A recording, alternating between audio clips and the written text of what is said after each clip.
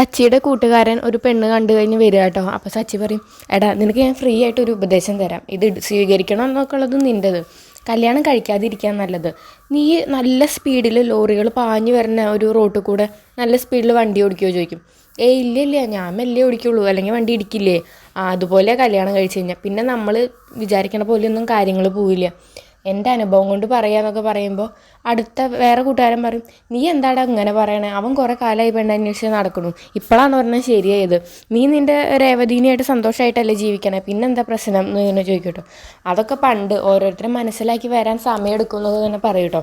ആ സമയത്ത് ഇതൊക്കെ കേട്ട് രേവതി വരികയാണ്. അപ്പോൾ കൂട്ടുകാരൻ പറയും, ഇതാടാ രേവതി വരണമെന്ന് പറയട്ടോ. അപ്പോൾ തന്നെ വേഗം സച്ചി കാറിൽ കയറുകയാണ്. സച്ചി നീ എന്താ കാണിക്കണേ, ഇത് രേവതി അല്ല വന്ന് നിൽക്കണേ ചോദിക്കും. നീ വിടറാന്ന് പറഞ്ഞിട്ട് സച്ചി കാറിൻ്റെ ഉള്ളിൽ കയറിയിരിക്കും കേട്ടോ. അപ്പോൾ രേവതി ആണെങ്കിൽ നേരെ വന്ന് കാറിൻ്റെ ഫ്രണ്ടിലായിട്ട് നിൽക്കും. അപ്പോൾ സച്ചി കാർ ഓണാക്കിയിട്ട് ഇങ്ങനെ റേസ് ചെയ്യും, ഹോൺ അടിക്കുകയൊക്കെ ചെയ്യും കേട്ടോ. രേവതി അവിടെ നിന്ന് മാറില്ല.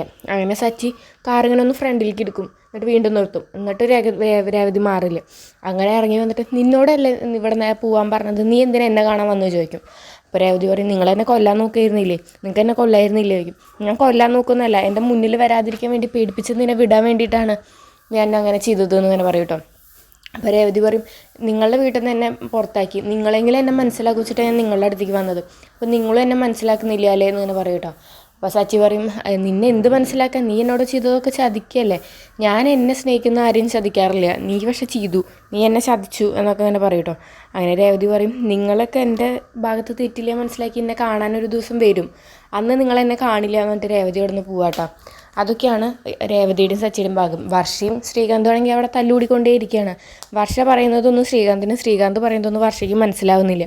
അങ്ങനെ വർഷ അവിടെ നിന്ന് തല്ലൂടി ഇറങ്ങി പോവുകയാണ് കേട്ടോ. എന്നിട്ട് അങ്ങനെ നേരെ ജോലിക്ക് പോവാണ്. അങ്ങനെ ജോലിയിൽ അവർ ഡബ് ചെയ്യുന്ന ആ ഒരു സ്ക്രിപ്റ്റ് വായിച്ച് നോക്കിയപ്പോൾ വർഷ ശ്രീകാന്തിനോട് പറഞ്ഞ അതേ ഡയലോഗുകളൊക്കെയാണ് കേട്ടോ പറയുന്നത്. അതൊക്കെയാണ് ഇന്നത്തെ എപ്പിസോഡിൽ. അപ്പോൾ നിങ്ങൾക്ക് എൻ്റെ വീഡിയോ ഇഷ്ടമാവുകയാണെങ്കിൽ ലൈക്ക് ചെയ്യുക, ഷെയർ ചെയ്യുക, സബ്സ്ക്രൈബ് ചെയ്യുക, സപ്പോർട്ട് ചെയ്യുക.